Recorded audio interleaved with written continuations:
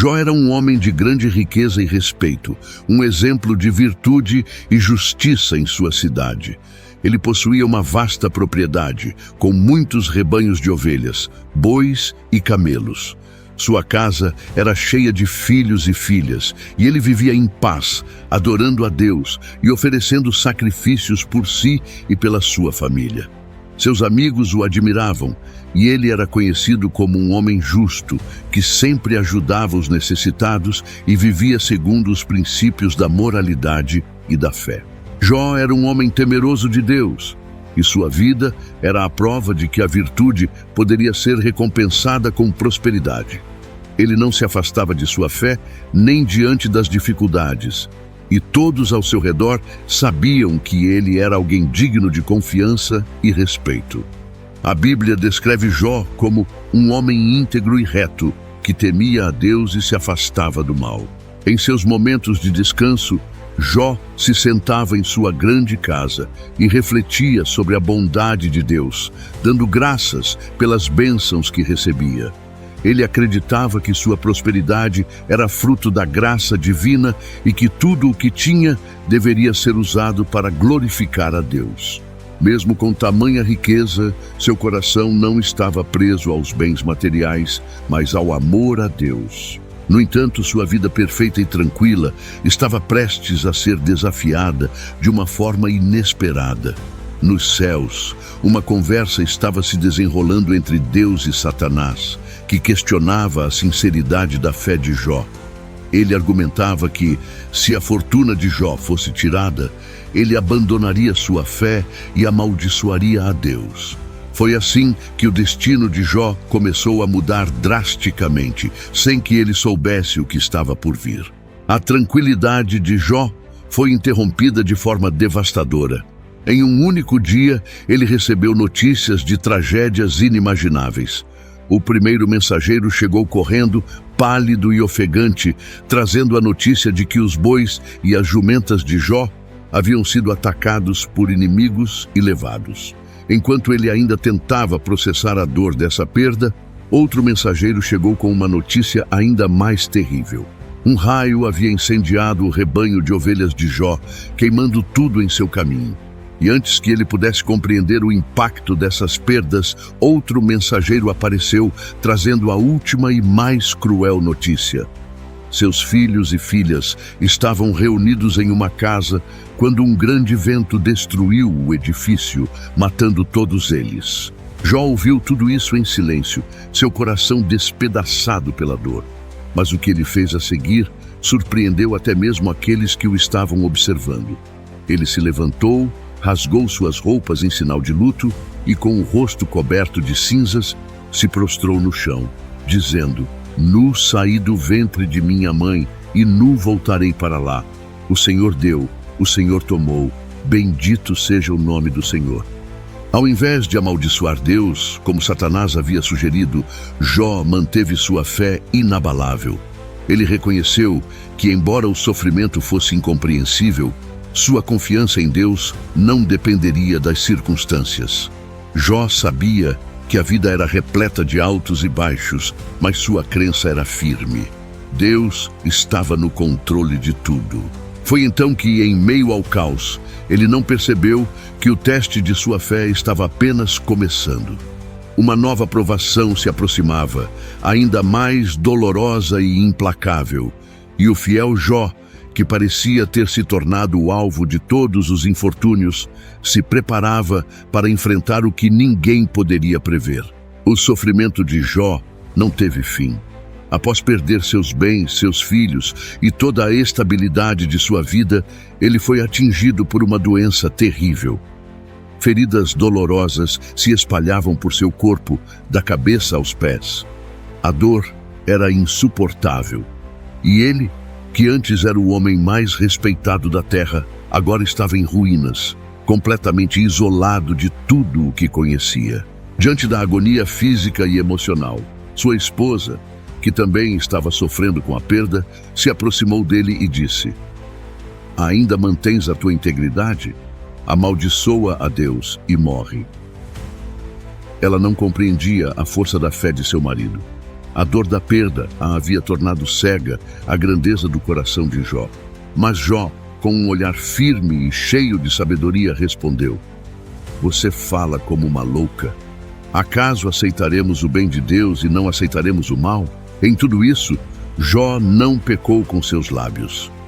Apesar das circunstâncias desoladoras, Jó ainda acreditava que Deus era justo. Ele sabia que as razões para seu sofrimento eram misteriosas, mas recusava-se a acusar Deus ou duvidar de sua bondade. Mesmo sua esposa, em sua dor, não conseguia entender a profundidade dessa fé. No entanto, Jó não estava sozinho. 3 amigos, Elifaz, Bildade e Zofar, ouviram sobre seu sofrimento e viajaram para confortá-lo. Quando chegaram, não o reconheceram de imediato. Seu corpo estava em tão péssimo estado que parecia irreconhecível. Eles sentaram-se com ele em silêncio por 7 dias e 7 noites, sentindo a angústia do amigo, sem dizer uma palavra. Era uma demonstração de solidariedade silenciosa. E durante aquele tempo de silêncio profundo, Jó começou a questionar a si mesmo e o propósito de seu sofrimento.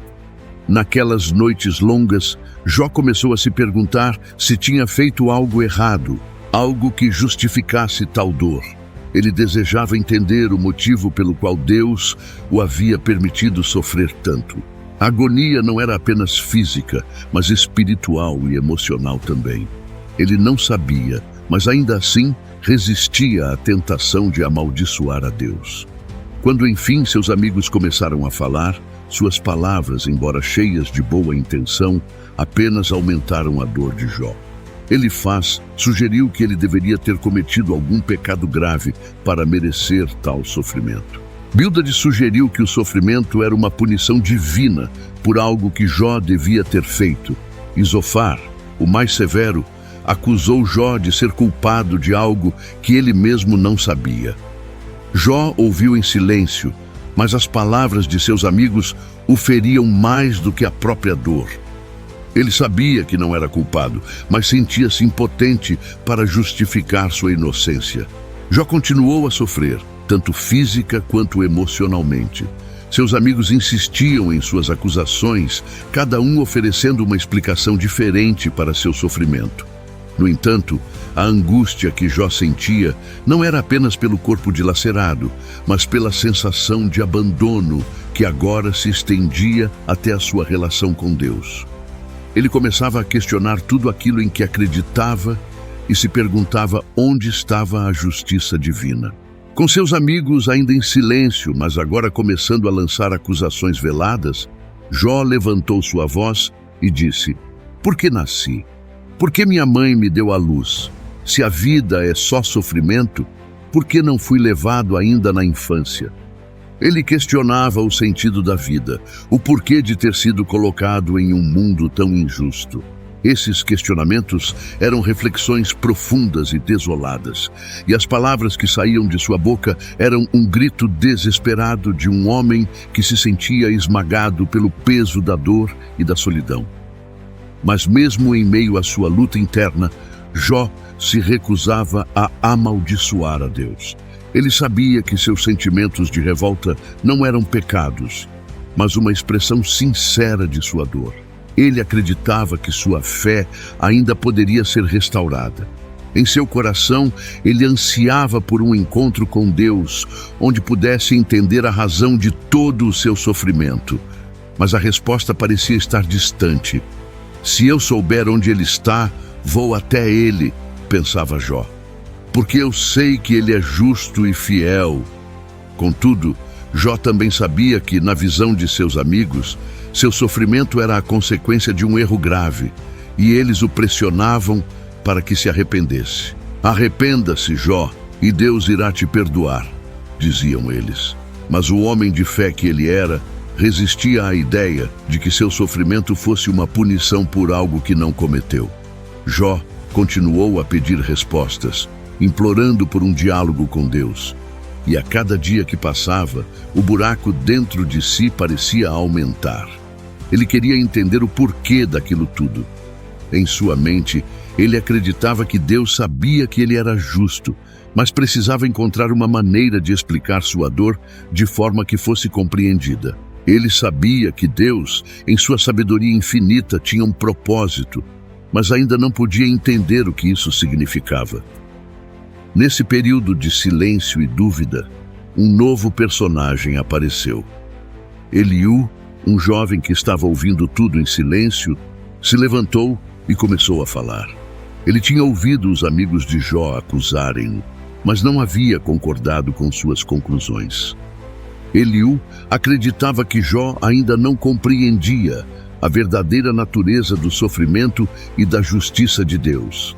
Eliú começou a argumentar que Deus não castiga o homem de forma punitiva, mas sim como um meio de ensino e transformação.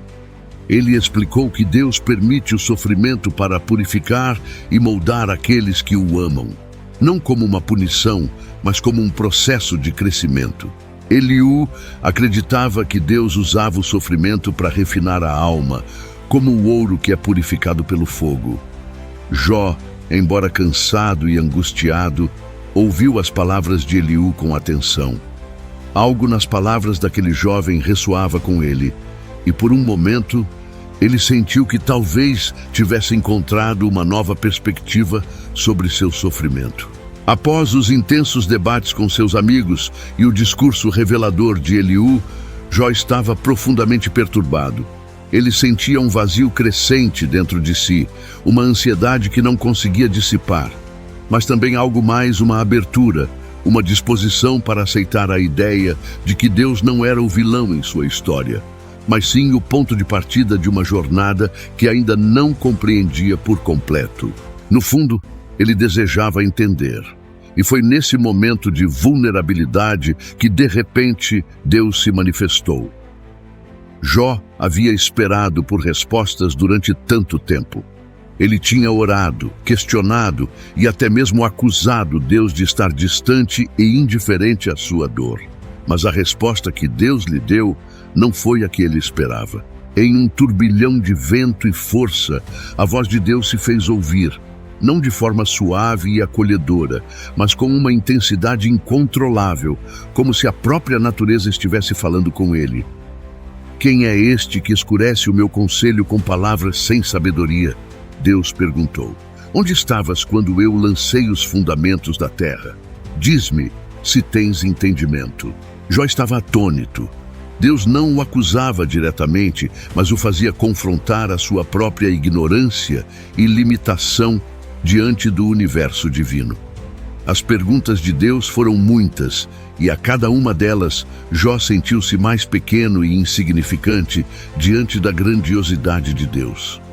Como poderia ele, um ser humano finito, entender os mistérios infinitos da criação?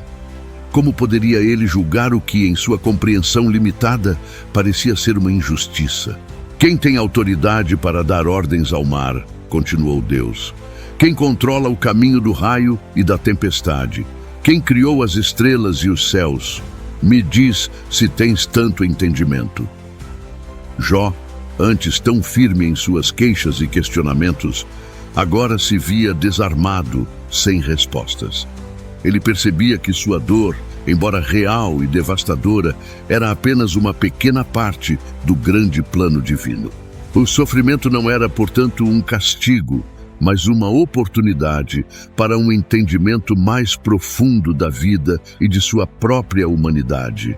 E quando Deus terminou de falar, Jó respondeu com humildade: Eu sei que nada posso dizer. Eu falei sem compreender, coisas que são maravilhosas demais para mim, e não as sabia. Ouvi falar de ti, mas agora meus olhos te veem. Por isso, me abro para ti em arrependimento. Jó, com essa declaração de humildade, fez um reconhecimento profundo. Ele agora compreendia que, embora sua dor fosse real, a soberania de Deus estava além de sua compreensão. Ele se entregou a essa verdade e, com isso, encontrou um tipo de paz que nunca antes experimentara.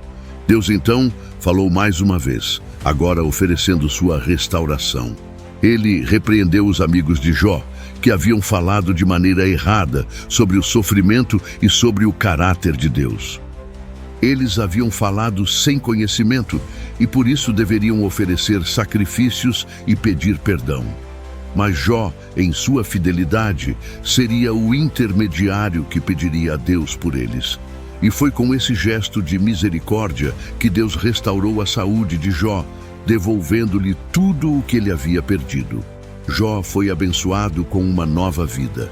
Ele recebeu 2 vezes mais do que tinha antes e viveu por muitos anos, vendo seus filhos e netos prosperarem. Mas mais do que tudo, ele agora possuía uma fé mais profunda. Uma fé que sabia que o sofrimento fazia parte da jornada, mas que Deus sempre estava ao lado de seus filhos, mesmo nos momentos mais escuros. E finalmente, Jó descansou. Não porque sua vida fosse perfeita, mas porque ele havia encontrado a paz em sua relação com Deus.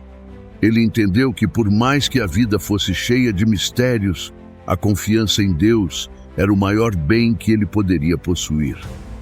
Com a palavra de Deus cumprida, o desfecho da história de Jó é marcado por uma paz incomum e uma restauração completa.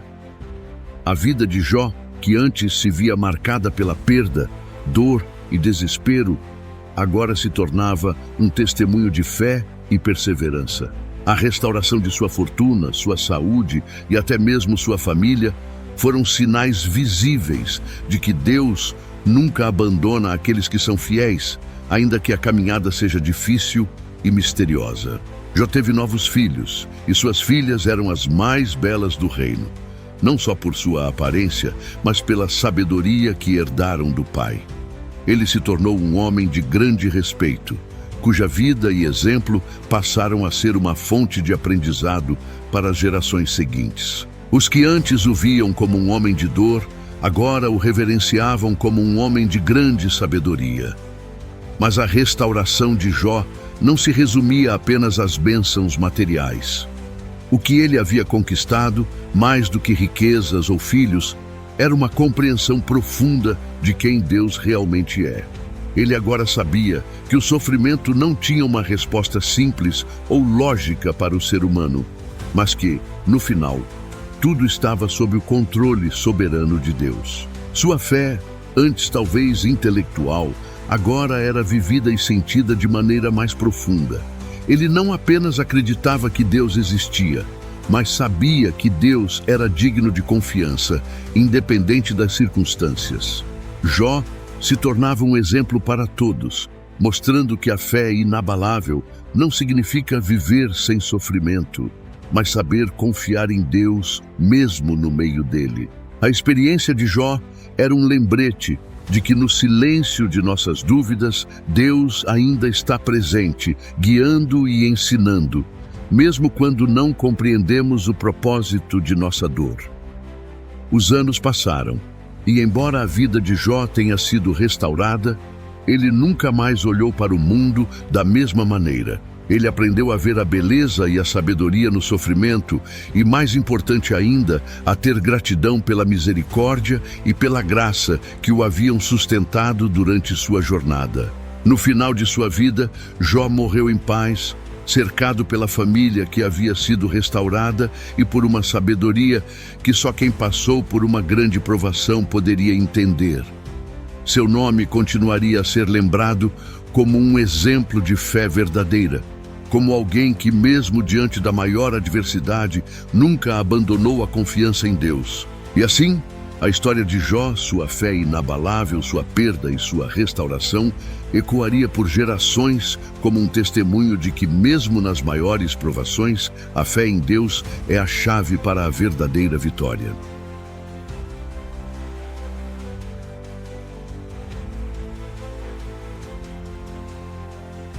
Muito obrigado por ter assistido até aqui. Se gostou desta história, deixe seu like, comente, compartilhe, se inscreva no canal e ative o sininho para receber todas as nossas histórias da Bíblia. Deus abençoe você e a sua família. Até a próxima.